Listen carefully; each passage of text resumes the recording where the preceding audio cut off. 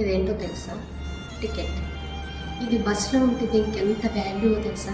ఇది దిగిందాక మనకు టెన్షన్ ఉంటుంది. పడిపోతే ఎవడన్నా టీసీ వస్తే ఎక్కడ ఫైన్ వేస్తాడో ఏంటో, అందరి ముందు ఏమంటాడో, టికెట్ తీసుకోలేని అంటాడేమో, నానా టెన్షన్ పడతాం. దీన్ని జాగ్రత్తగా పెట్టుకుంటాం.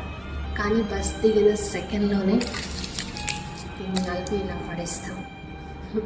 మీకు అర్థమైందా నేనేం చెప్తున్నాను? మనం కూడా అంతే. అవసరం ఉన్నంత వరకే మనం అవసరం తీరుకుండానే, మనతో పని అయిపోగానే ఆ పేపర్ లాగా మన కూడా ఇలా డస్ట్బిన్లో పడేసినట్టు పడేస్తుంటాం.